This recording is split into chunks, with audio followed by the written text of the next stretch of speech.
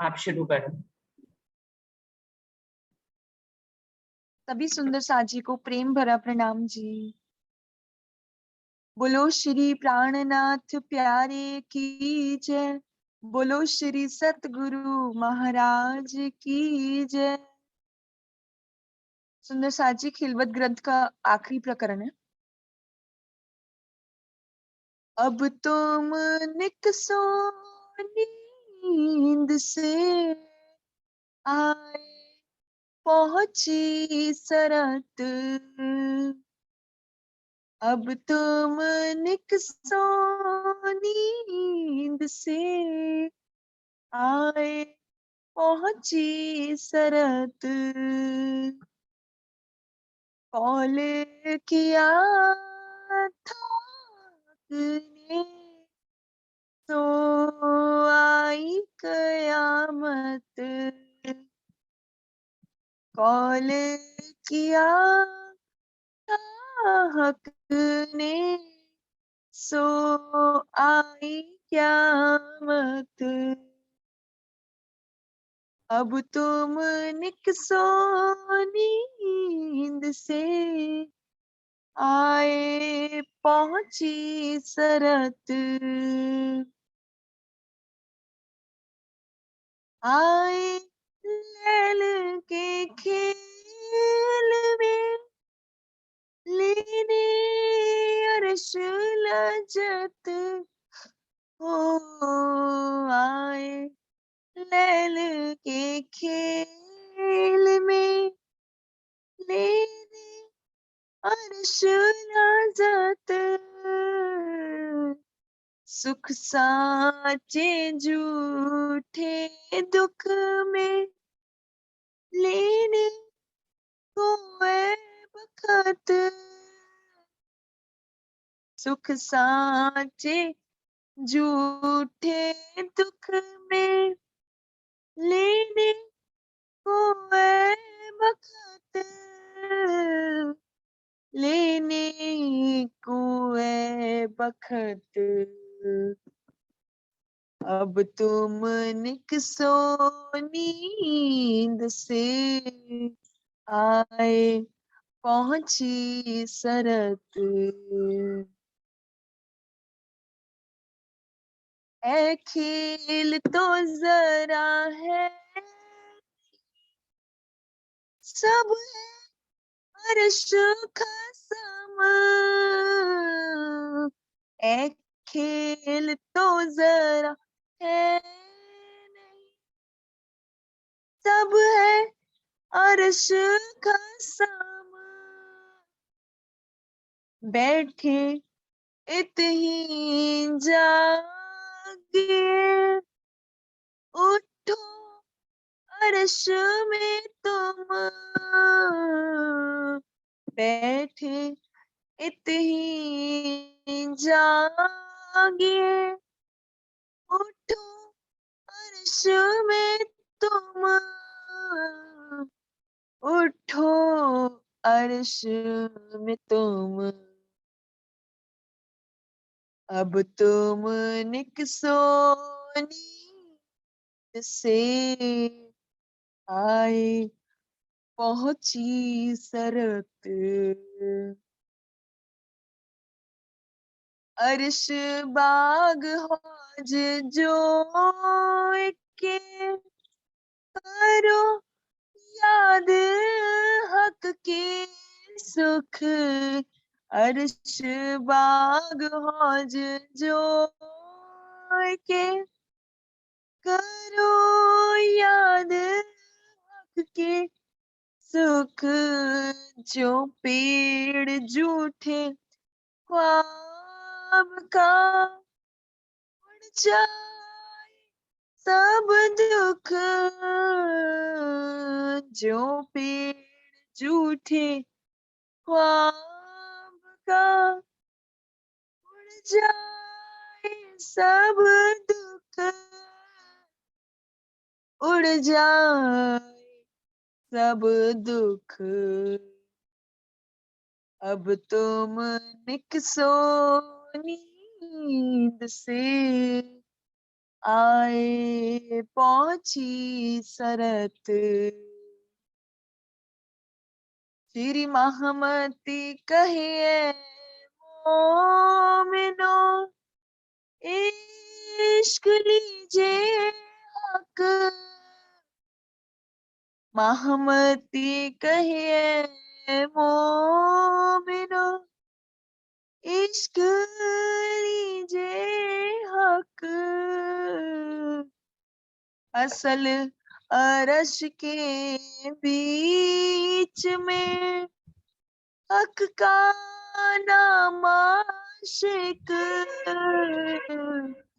असल अरश के बीच में हक का नाम आशिक। हक का नाम आशिक। अब तुम निकसो मीत से, आए पहुंची सरत।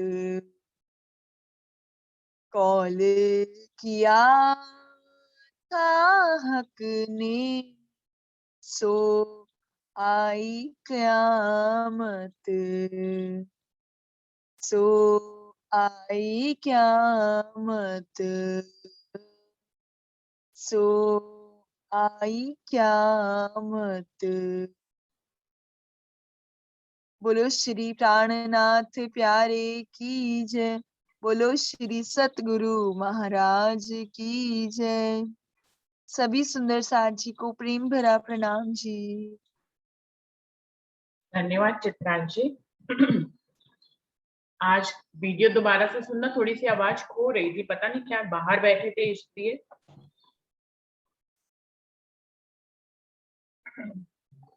शुरू करते हैं सुंदर साथ जी।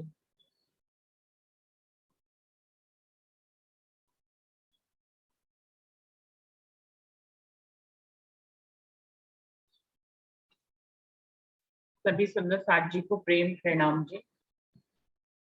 प्रथम लागू दुई चरण को, धनी न छुड़ाइयो खेन। लाख तले लालेड़िया, मेरे जीव के ही जीवन। इन पाँव तले पड़ी रहूं, धनी नजर खोलो बातों। पलना वालों निरखु नेत्रे, मेरे जीव के ही जीवन। मेरे जीव के ही जीवन। बंदो सतगुरु चरण को, करूं सो प्रेम प्रणाम। अशुभ हरन मंगल करन, श्री देव चंद्र जी नाम। श्री प्राणनाथ निज मूलपति, श्री मेहराज सुनाम। तेज कुंवर श्यामा युगल, जी को पल पल करूं प्रणाम। पिया जी को पल पल करूं प्रणाम।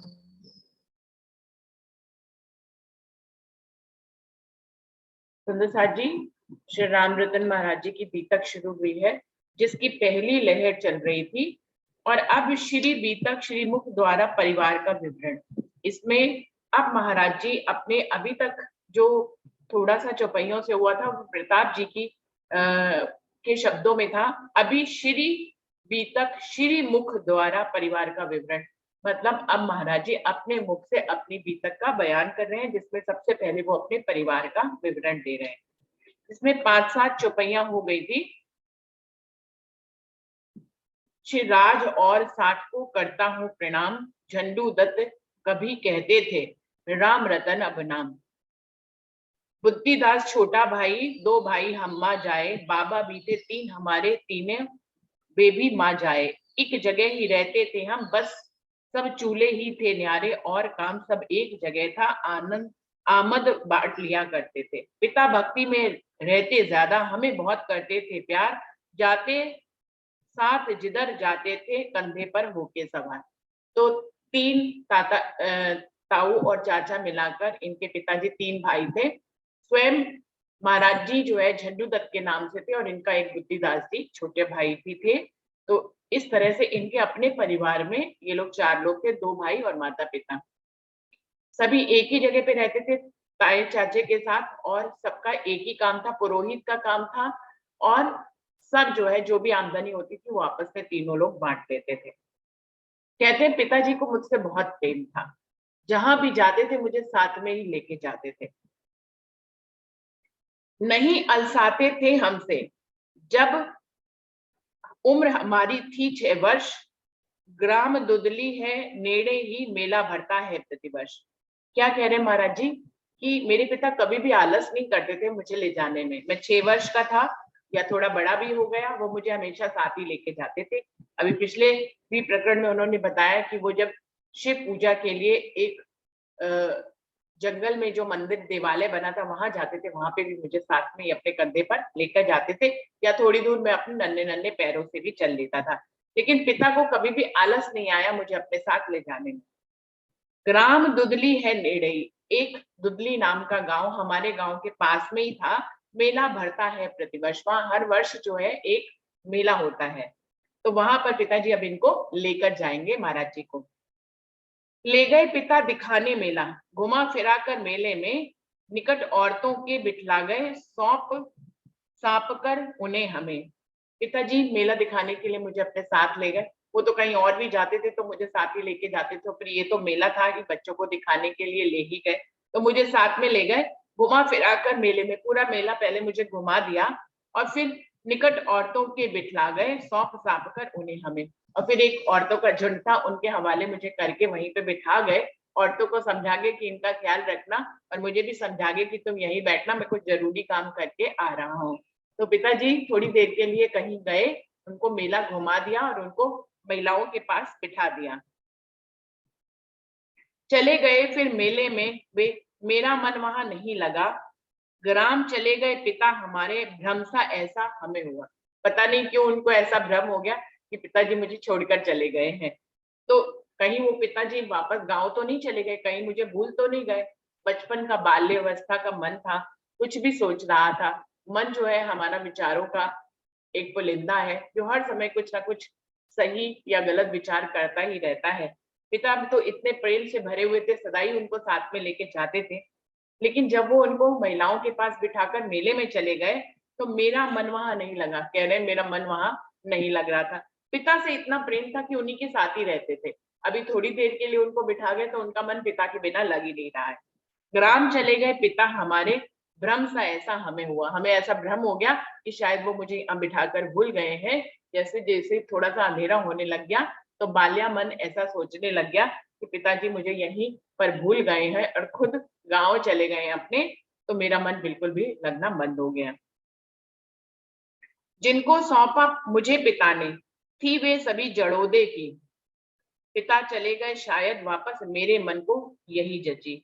जिन औरतों को मुझे सौंप गए थे वो भी चड़ोदा गांव की महिलाएं थी।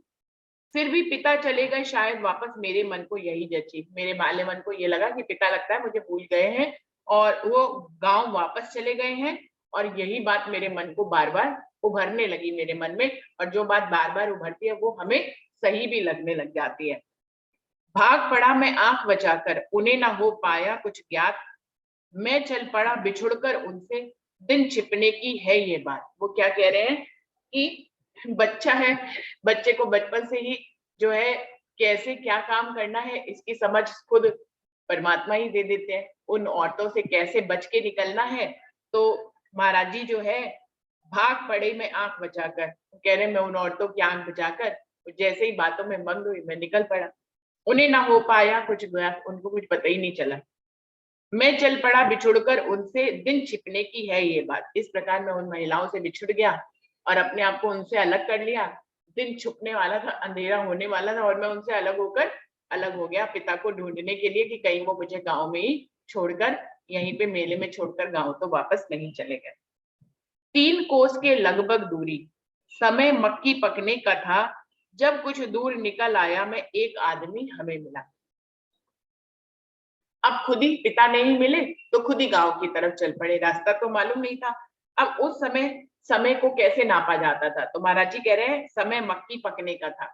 वो समय चल रहा था जबकि मक्का जो है वो पक जाता है, कच्चा नहीं होता है, पक जाता है।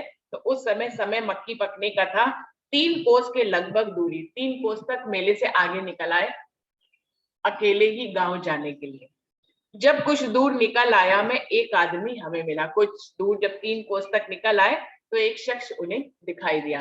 सुंदर साथ जी, धनी देवचंद जी को भी ऐसे ही एक शख्स दिखाई दिया था, लेकिन फर्क ये है कि वहां पर जो शख्स दिखे थे वो राज्य थे, धनी देवचंद जी की मदद करने के लिए आए थे, जिनको उन्होंने चोर समझा था।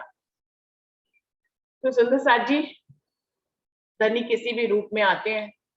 हम सब कहते हैं कि धनी का दर्शन चाहिए। धनी तो दर्शन धनी देवचंद जी को देके भी चले गए थे, उनको पता ही नहीं चला था। बिल्कुल ऐसे ही हमारे जीवन में ऐसे कितनी ही घटनाएं होती हैं।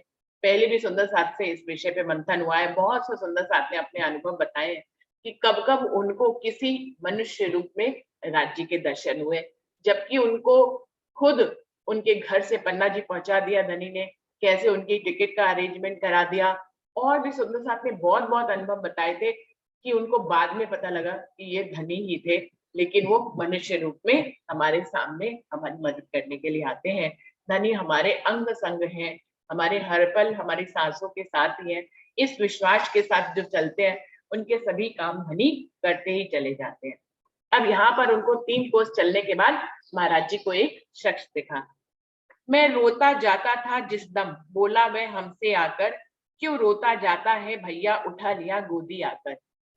अब अकेले जा रहे हैं, पिता को मन में आ गया कि पिता मुझे छोड़ के चले गए मेले में, इसी बात से ही रोते चले जा रहे हैं। और ऊपर से अकेले है, ऊपर से अंधेरा है, और रोते चले जा रहे हैं कि और अपनी गांव की तरफ बढ़ते भी चले जा रहे हैं। ये नहीं सोच रहे कि जिन महिलाओं के साथ बिठाया था कम से कम उनका साथ रहे, वही मुझे कहीं पहुंचा देंगे। बाल्यावस्था है, 6 वर्ष के बालक है, और सोच रहे हैं कि मैं खुद ही घर चलता हूँ।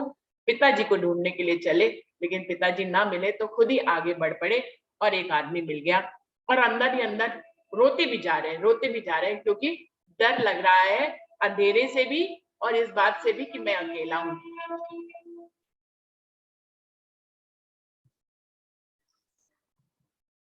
मैं रोता जाता था जिस दम, बोला वह हमसे आकर, मेरे पास आ गया। मैं रो रहा था तो मुझसे क्या कहते हैं, क्यों रोता जाता है भैया, उठा लिया गोदी आकर। क्यों रो रहे हो भैया, क्यों रो रहे हो, और आकर मुझे, क्योंकि मैं छोटा बालक था तो मुझे उठा लिया। रोवे मत चल पिता तुम्हारे, यही मक्की पर है मेरी, चल हम तुझे मिलाएं उनसे, चला मुझे लेकर गोदी। क्या कहने लग गया कि तुम्हारे पिताजी तो यही मेरे पास मेरे मक्के के खेत में ही हैं, चलो मैं तुम्हें उनसे मिलवा देता हूँ। और ऐसा कह के मुझे गोदी में उठा लिया। अब मक्की पकने का समय था, चारों तरफ मक्के के ही खेत थे। तो उस शख्स ने क्या बताया कि मेरा मक्के का खेत यहीं पर ही है, तुम्हारे पिताजी वहीं पर ही हैं, और मुझे गोदी में उठा लिया कि चलो तुम्हें तुम्हारे पिता से मिलवा दे। मैं भी चुप हुआ इतनी सुन, खेतों खेतों वह निकला, जब जंगल की ओर चला मैं डरता डरता बोला। अब वो खेतों खेतों से निकल कर मुझे गोदी में उठा के चल पड़े। अब मक्के के खेत थे तो मुझे लगा कि अपने खेत की तरफ ले जा रहा है, महाराज जी कह रहे हैं। तब तक तो मैं चुप हो गया, रोते से और चुप हो गया कि चलो मुझे मेरे पिताजी के पास ले जा रहे हैं, तो खुशखबरी सी लगी। खेतों खेतों से मुझे गोदी में उठा के निकलने लग गया, तब तक तो मैं चुप रहा। लेकिन जब जंगल की ओर चला वह, मैं डरता डरता बोला, लेकिन उसने रास्ता ही बदल लिया, मक्के के खेत से निकल गए, उसके बाद वो जंगल की तरफ होने लग गया। तब मुझे डर लगा और मैं डरते डरते क्या बोला उससे, अपना रास्ता नहीं उधर को, उस रास्ते जावेंगे हम, लगा हमें धमकाने वे तो, खबरदार जो मारा दम। हमको छोटे बालक हैं महाराज जी, 6 वर्ष के, लेकिन फिर भी उनको इतना ज्ञान है कि अब ये जंगल का रास्ता शुरू हो रहा है और मक्के के खेतों का रास्ता खत्म हो गया है। तो रास्ते का ज्ञान ना होते हुए भी उन्होंने डरते डरते कहा कि हम इधर नहीं जाएंगे जंगल की तरफ, जिधर आप हमें ले जा रहे हैं, ये तो जंगल का रास्ता है, उस रास्ते जाएंगे हम खेतों के रास्ते जाएंगे, कहीं ना कहीं खेतों में कोई ना कोई तो मिल ही जाएगा। इस तरह से कहने लगे कि हम तो खेतों के रास्ते जाएंगे। लगा हमें धमकाने में, तो वह तो हमें धमकाने ही लग गया हमारी इस बात पे कि छोटे से बच्चे को पता है कि अब जंगल की तरफ जा रहे हैं, खबरदार जो मारा दम, अगर एक शब्द भी अपने मुंह से निकाला तो देखना। तो हमें डराने लग गया, और छोटे बच्चे डर भी जाते हैं। तेरे पिता उधर ही हैंगे, चुप बैठा रहे कंधे पर, बोला नहीं पुनः मैं उससे, वह भागा मुझको लेकर। क्या कहने लग गया, तेरे पिता उधर ही हैंगे, तेरे पिता इधर जंगल में ही है। चुप बैठा रहे कंधे पर, चुपचाप होकर बिना आवाज निकाले कंधे पे बैठ जाओ, बैठे रहो। बोला नहीं पुनः मैं उससे, लेकिन मैं फिर उसके बाद डर गया उसकी धमकी से और मैं कुछ नहीं बोला। वह भागा मुझको लेकर, वो मुझको लेकर जंगल की तरफ भागने लग गया और कहने लग गया कि पिता ही इधर है, और मुझे डरा भी दिया। अब मैं छोटा बच्चा था, मुझे समझ तो आ गया कि ये मुझे गलत दिशा में ले जा रहा है, क्योंकि असली दिशा तो मक्के के खेतों की तरफ थी, ये तो जंगल की तरफ ले जा रहा है। लेकिन उसने मुझे इतनी जोर से डरा दिया, मैं छोटा बच्चा था कि डर ही गया। वह भागा मुझको लेकर और वो और जल्दी जल्दी चलने लग गया, भागने लग गया। जंगल जंगल भागा जाता, जब आया पांडो तालाब, अपना नौकर सुमरू देखा, हमने दी सुमरू आवाज, जिसकी मदद खुदा करे उस पे कौन करे। तो फिर बस वो किससे डरे, कह रहे हैं जिसकी मदद खुदा करे वो किससे डरे। महाराज जी को तो कुछ भी अभी परमात्मा का नहीं पता, सिर्फ पिताजी के साथ शंकर जी के मंदिर में जाते हैं। लेकिन आगे जंगल जंगल जब वो जा रहा था तो वहां पे पांडव तालाब आ गया और वहां पर मुझे अपना नौकर सुमरू दिखा और मैंने आवाज दे दी, सुमरू। हमने दी सुमरू आवाज, हमने बड़े प्रेम से, हमें तो अपना कोई परिचित मिल गया, हमें वैसे ही डर लग रहा था। जैसे ही सुमरू दिखा तो हमने कहा सुमरू, अपनी आवाज दे दी। जंगल फिरने आया था वह, टेर परी जब उसके कान, ना थी रुकावट वहां फसल की, एकदम था खाली मैदान। सुमरू भाई रात्रि किसी काम से जंगल में आए होंगे, शायद शौच क्रिया के लिए आए हो या किसी और काम से, गर्मी लग रही हो इसलिए आए हो। यहाँ ये तो नहीं लिखा। जंगल फिरने आया था वह, सुमरू जो उनका नौकर था वो जंगल फिरने के लिए आया था। टेर परी जब उसके कान, उसके कानों में जब मेरी आवाज पड़ी तो क्या, ना थी रुकावट वहां फसल की, एकदम था खाली मैदान। अब मक्की के खेत तो निकल गए थे, तो जंगल का मैदान था, यहाँ पे सब तरफ कहीं जंगल था, लेकिन काफी बड़ा बड़ा मैदान था। थोड़ी थोड़ी दूर पे ही जो है वृक्ष थे। खाली मैदान में मैंने उनको आवाज लगाई, उनको तुरंत ही मैं दिख गया। अगर पेड़ों के झुंड में होता तो नहीं भी दिखाई देता। तो कह रहे थी ना थी रुकावट वहां फसल की, एकदम था खाली मैदान, एकदम खाली मैदान था। मुझे वो दिख गया सुमरू जी को, सुमरू मेरे नौकर को मैं दिख गया और मैंने आवाज भी लगा दी, सुमरू। दूर दूर तक दिखता था, सुमरू सुन करके भागा, किसका बच्चा टेर रहा है, कौन व्यक्ति लेकर भागा। अभी दूर से उन्हें मेरी शक्ल नहीं दिखाई दी, लेकिन उनको ये लगा कि कोई बच्चा लेकर भाग रहा है। दूर दूर तक दिखता था, वो ऐसा लंबा चौड़ा मैदान था जहां पर दूर दूर तक दिखाई दे रहा था, कोई वृक्षों की ओट नहीं थी। सुमरू सुन, दूर दूर तक दिखता था, सुमरू सुन करके भागा, सुमरू सुन करके भागा, किसका बच्चा टेर रहा है, कौन व्यक्ति लेकर भागा, कौन व्यक्ति किसके बच्चे को लेकर जा रहा है। सुमरू को फिक्र लगी, क्योंकि उसने अपना नाम सुन लिया, अपनी आवाज सुन ली। जैसे उसके कानों में आवाज पड़ी तो वो भागा मेरी तरफ। निकट गया जिस दम वे पुरुष के, उसको सुमरू ने पकड़ा, खेचा तान हुई बहुत, दोनों में काफी देर हुआ झगड़ा। जैसे ही सुमरू के पास, सुमरू जो है हमारे पास आ गया, उसने पहचान लिया कि कोई जो है मुझे लेकर जा रहा है। उसको सुमरू ने पकड़ा, सुमरू ने उसकी बाह पकड़ ली, खींचातान हुई बहुत, दोनों में बात, काफी देर हुआ झगड़ा। अब किसी से बच्चा वापस लेना है और किसी को वो बच्चा लेकर जाना है, तो दोनों में हाथापाई तो हो ही गई। सुमरू को इधर, सुमरू इधर महाराज जी को खींच रहा था और वो आदमी उधर महाराज जी को खींच रहा था। वो उनको गिराने की कोशिश कर रहे थे, वो उनको गिराने की कोशिश कर रहे थे। खींचातान हुई बहुत, दोनों में काफी देर हुआ झगड़ा, काफी देर मुझे लेने के लिए झगड़ा दोनों में हुआ।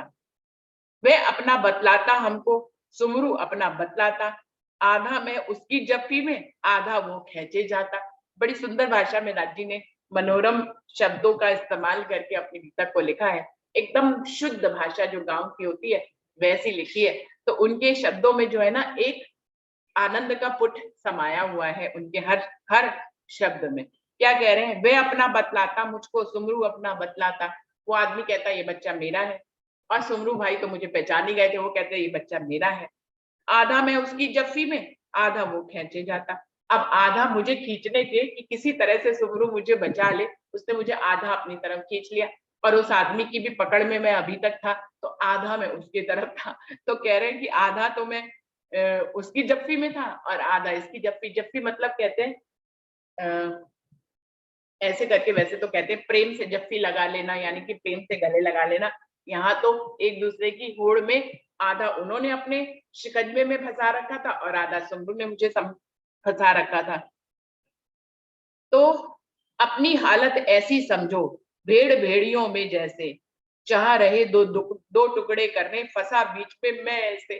क्या कह रहे धनी, मेरी हालत ऐसी होगी जैसे भेड़ भेड़ियों के बीच में होती है, दो टुकड़े दोनों ही करना चाहते हैं, मैं बीच में फंसा हुआ हूँ। वो अपनी तरफ खींचातानी करे जा रहा है, सुमरू अपनी तरफ खींचातानी कर रहा है, मेरी क्या हालत हो रही है ये तो मैं ही जानता था। मैं दोनों के बीच में फंसा था, मुझे समझ ही नहीं आ रही थी कि क्या हो रहा है। वो दोनों झगड़ा किए जा रहे थे, वो मुझे घसीट रहा था और वो मुझे घसीट रहे थे, दोनों ही मुझको लेना चाह रहे थे। अब मैं दोनों की जफ्फी में आधा आधा था और फंसा हुआ था। नहीं लगी चटकने चूलों की नस, आंखों में तारे चमके, चीख मारता बुरी तरह मैं, कोई ना देता था सुन के। अब वो कह रहे हैं कि वो मुझे पैरों की तरफ से खींचे जा रहे हैं, वो मुझे बाहों की तरफ से और ऊपर सर की तरफ से खींच रहे हैं। इतनी खींचातानी, दोनों जोर लगा रहे हैं मुझे अपनी अपनी तरफ लेने के लिए। मुझे ऐसे लगा जैसे कि मेरे फूलों की नसें ही चटक जाएंगी। महाराज जी कह रहे, आंखों में तारे चमके, आंखों में ऐसे ऐसे तारे चमकने लगे, बेहोशी सी जाने लग गई।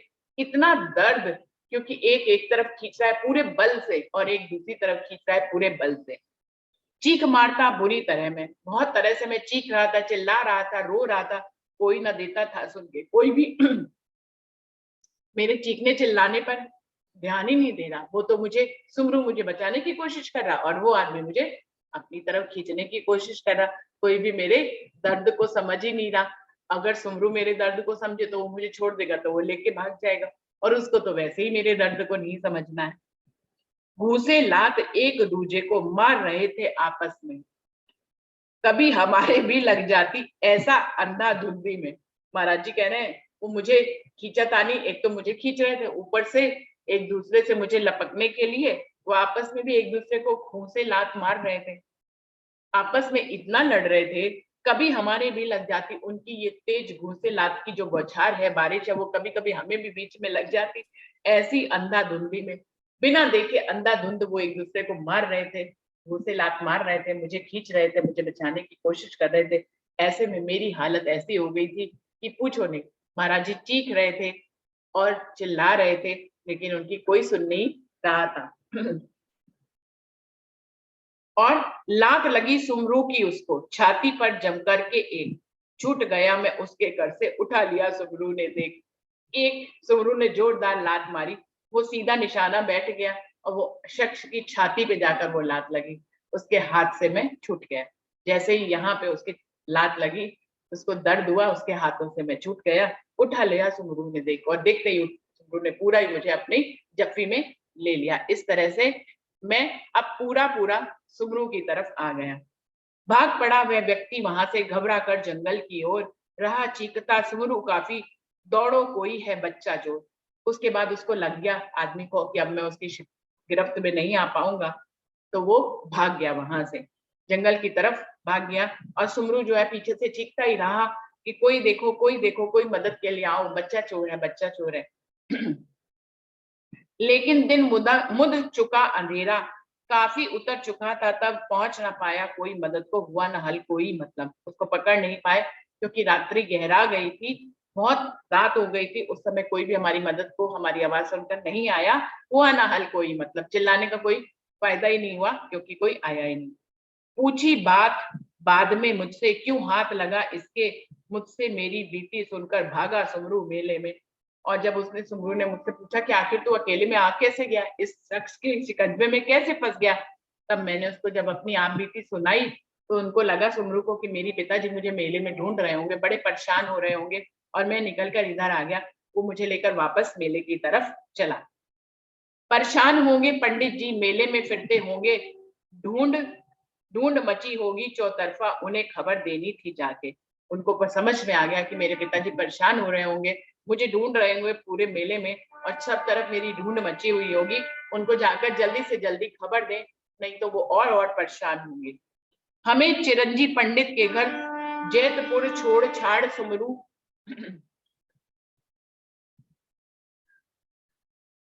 हमें चिरंजी पंडित के घर जैतपुर छोड़ छाड़ सुमरू, सूचनार्थ भागा मेले को, ताकि उन्हें खबर दे दूं।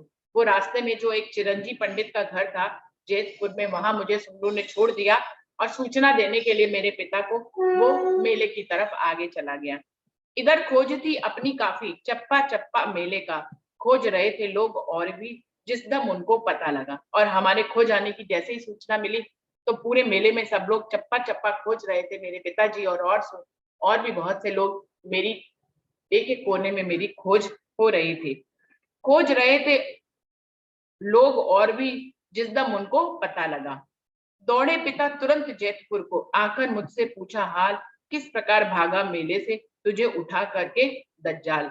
और फिर जैसे ही पिता को सूचना मिली सुमरू के माध्यम से, पिता जो है घबराए घबराए जैतपुर पंडित जी के घर आ गए। आकर मुझे जो है गले से लगा लिया और मेरा हाल पूछने लगे कि पहले ये तो बता, तू कैसे मेले से भाग गया? जो इस दज्जाल के शिकंजे में तू फंस गया, तो मेले से भागा ही क्यों? हमने जो जो घटित सुनाई, लिपटे बख्श पिता के हम अर्थ लगाने लगे। पिताजी बहुत हुआ सुन करके गम, और हमने अपनी सारी आप बीती बताई कि हमारे मन में तो ये वहम ही आ गया कि आप हमें छोड़ के चले गए घर। और फिर हम अपने रोते हुए पिता के बख्श से छाती से लिपट गए और पिताजी ने हमें बड़े प्रेम से अपने गले लगा लिया। बहुत हुआ सुन करके गम, उनको बहुत सुनकर बड़ा दुख हुआ कि मेरे बच्चे को क्या क्या सहना पड़ा। मिली भगत है घर वालों की, सांस मार करके बोले परमात्मा सब ठीक करेंगे, अधिक बात ना कुछ बोले। उनके मुंह से सिर्फ एक शब्द निकला कि ये घर वालों की मिली भगत है, लगता है। सांस मार करके बोले परमात्मा सब ठीक करेंगे, अधिक बात ना कुछ बोले। और ऊपर से फिर बोले कि परमात्मा की मेहर है, वो सब कुछ ठीक करेंगे, इससे आगे वो कुछ नहीं बोले। घर आए हमको लेकर के, रही बहुत दिन इसकी खोज, कौन आदमी लेकर भागा भागा, लेकिन हुआ ना कुछ भी बोल। घर आकर उन्होंने बड़ी कई दिनों तक छानबीन करी कि कौन व्यक्ति मुझे लेकर जाना चाहता था, लेकिन बहुत खोजबीन करने पर भी ये पता नहीं चल पाया कि कौन मुझे उठाना चाहता था, चुराना चाहता था। बड़े बिकट थे ताऊ हमारे, सगे नहीं थे ताऊ जाद, उन्हें न भाते किसी आंख, हम कोसा करते हो बर्बाद। कह रहे हमारे जो ताऊ जी थे उनको हम किसी आंख भी नहीं भाते थे। वो हमारे सगे ताऊ थे, लेकिन सगे जैसा व्यवहार नहीं करते थे। उन्हें न भाते किसी आंख, हम उनको किसी भी आंख में भाते नहीं थे। कोसा करते हो बर्बाद, वो हमें हमेशा कोसा करते थे और कहते थे तुम तो बर्बाद ही हो जाओगे। घर और बार हमें मिल जाए, वो छज्जू का दीवा गुल। इस प्रकार की मनोवृत्ति थी, खुददारी थी, हृदय अतुल। ताऊ जी के दिल में क्या रहती थी भावना कि किसी तरह से छज्जू का दिया गुल हो जाए, उनके बच्चे, उनका घर परिवार सब हमें मिल जाए, और इस तरह के घर और बार हमें मिल जाए। उनको लगता था घर और परिवार हमें मिल जाए किसी भी तरह से, क्योंकि तीनों भाई एक ही घर में रहते थे, सिर्फ आमदनी बांटते थे। अब उनके अंदर इतना लालच था कि छज्जू का घर और परिवार जो है वो अगर नहीं रहेगा, उसका वंश नहीं रहेगा, उसके बच्चे मर खप जाएंगे, तो उसका जो है घर परिवार मुझे मिल जाएगा। इस प्रकार की मनोवृत्ति थी, खुददारी थी, हृदय अतुट। इस प्रकार की मनोवृत्ति कह रहे हैं हमारे ताया जी के दिल में थी।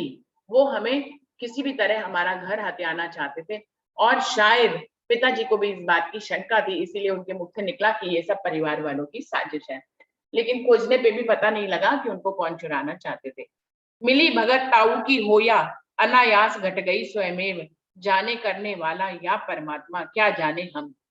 तो महाराज जी यहाँ पे कह रहे हैं कि पिताजी को संशय तो यही था कि मेरे ताऊ जी ने ही मुझे उठवाया होगा, फिर बाद में वो मुझे मरवा देना चाहते होंगे, कि पता नहीं, हमें पता ही नहीं लगा कि अनायास ही ये घटना स्वतः ही घट गई। वो कह रहे महाराज जी ये तो हमें नहीं पता लगा, खोजबीन करने पर ना पिताजी को पता लगा ना मुझे पता लगा। अब तो इसी बात पे छोड़ना पड़ा इस बात को कि या तो परमात्मा जानता है, हम क्या जाने इस बारे में। करनी खुद करता ही भरता, भोग भोगता आया है, हमने तो आप बीती कह दी, किस्सा घटित सुनाया है। महाराज जी कह रहे हैं इस दुनिया में जो जैसा करता है उसको वैसा ही कर्म भोगना, वैसा ही उसका फल भोगना पड़ता है। जो जैसा कर्म करता है उसको वैसा फल भोगना पड़ता है। तो ये सृष्टि का चक्र है, इससे कोई बच नहीं पाया है। पता नहीं कौन मुझे चुराना चाहता था, हमें तो नहीं पता लगा, महाराज जी कह रहे हैं, लेकिन हमारी जीवन की एक घटना थी, इसलिए हमने आपको ये किस्सा कहकर सुनाया है।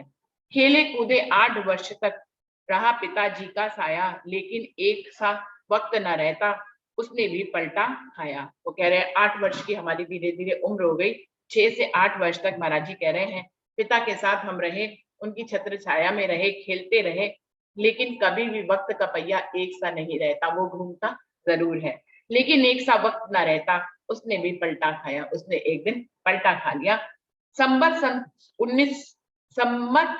1968 में पिता हमारे धाम गए, समय मृत्यु का पूर्व कह दिया था भगवत प्रसाद जी से। संवत 1959 में पिताजी का धाम गमन हो गया, पिता हमारे धाम गए, समय मृत्यु का पूर्व कह दिया।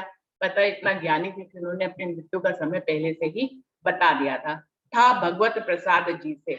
उन्होंने अपने जो भी जिनकी वो पूजा करते थे, इस प्रकार से उनका आसरा लेकर, वो इतने ज्ञानी थे, इतने भक्ति भाव में थे, जो कि उन्होंने पहली प्रकरण में ही बताया कि किस तरह वो देवालय में जाते थे।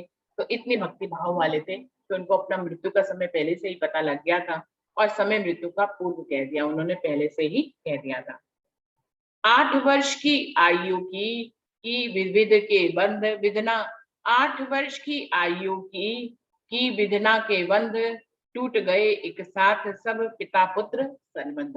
और क्या हुआ यहाँ पर, क्योंकि पिताजी का धाम गमन हो गया तो एक जिनको हम पिता कहते थे उन वो संबंध जो था वो भी हमारा टूट गया। परमात्मा ने हमारी छत्र छाया ये भी हमसे छीन ली। वैसे ही गरीब थे, पिता के साथ अत्यधिक प्रेम था और पिता भी उनको बहुत अधिक प्रेम करते थे, लेकिन यहाँ पर जब उनका धाम गमन हो गया तो ये संबंध भी टूट गया। तो जहां से उम्मीद और लाड प्यार मिलता था महाराज जी को, वो आसरा भी उनका छूट गया। तो यहाँ पर जब पिता का धाम गमन होता है तो बिल्कुल ही अकेले पड़ जाते हैं। माता है, साथ में छोटा भाई बुद्धिदास है और स्वयं महाराज जी है जिनकी उम्र मात्र 8 वर्ष है। तो 8 वर्ष में कहाँ इंसान कुछ कमाता खाता है और कहाँ से वो मदद करेंगे अपनी माता की। अगली लहर में अब हम इसको समझेंगे। 8 वर्ष की उम्र में पिता उनसे जुदा हो जाते हैं। बोलिए श्री प्राणनाथ प्यारे की जय, बोलिए श्री सतगुरु महाराज की जय। ये पहली लहर यहाँ पे समाप्त हुई है। एक बार चौपाई को दोबारा से दोहरा देते हैं। 8 वर्ष की आयु की विधना के बंध टूट गए एक साथ सब पिता पुत्र संबंध, पिता पुत्र संबंध। बोलिए श्री प्राणनाथ प्यारे की जय, बोलिए श्री सतगुरु महाराज की जय, सर्व सुंदर साथ की जय। प्रणाम जी, सभी सुंदर साथ जी को प्रेम प्रणाम जी, प्रणाम जी, प्रणाम जी, प्रणाम जी, प्रणाम जी।